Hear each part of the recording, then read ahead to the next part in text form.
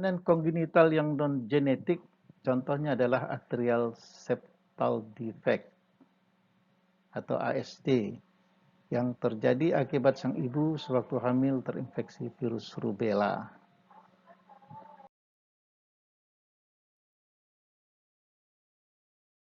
Atrial septal defect adalah cacat jantung yang didapat sejak lahir, yaitu di mana adanya lubang pada dinding atau septum atrium jantung yang menghubungkan atrium kanan dan atrium kiri. Lubang ini bervariasi dalam ukuran dan dapat menutup sendiri, atau kalau tidak harus dilakukan pembedahan. Ilustrasi ini menunjukkan lokasi lubang pada dinding jantung penderita atrial septal defect, yaitu dinding antara dua atrium, sehingga darah mengalir dari atrium kiri ke atrium kanan kembali.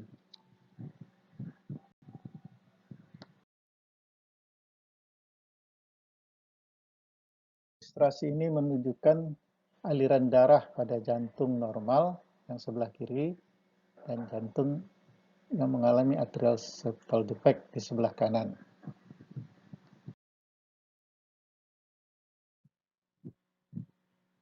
Selama kehamilan biasanya ada beberapa lubang pada dinding ruang atas jantung atau atrium yang biasanya akan menutup pada akhir kehamilan atau segera setelah lahir.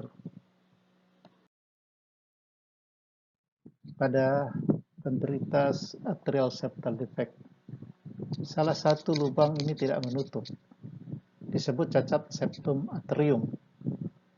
Lubang ini akan meningkatkan jumlah darah yang mengalir melalui paru-paru.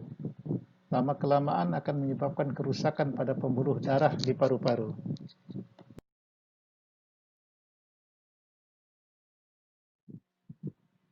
Kerusakan pada pembuluh darah di paru-paru dapat menyebabkan masalah pada masa dewasa, seperti tekanan darah tinggi di paru-paru dan gagal jantung, hipertensi pulmonal. Masalah lain mungkin termasuk detak jantung yang tidak normal atau peningkatan risiko mengalami stroke.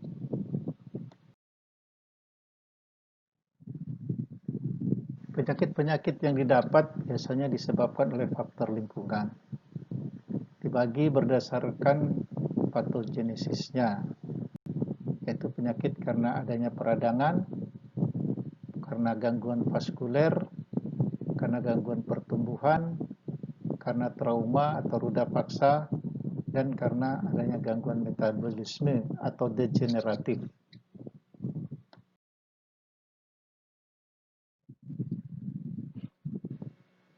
Yang dimaksud dengan radang adalah respon fisiologis jaringan terhadap adanya rangsangan yang merugikan. Radang itu sama dengan kata marah. Pemberian nama penyakit karena peradangan biasanya diberikan tambahan itis di belakang organ yang terkena. Misalnya tonsilitis, radang tonsil, appendicitis, radang apendik, dermatitis, radang kulit, dan sebagainya. Tetapi ada beberapa penyakit radang yang cara pemberian namanya menyimpang, tidak memakai itis. Misalnya sipilis, tuberkulosis, leprosi, dan lain sebagainya. Foto ini menunjukkan wajah seorang anak yang sedang menderita tonsilitis, atau yang kita kenal amandel.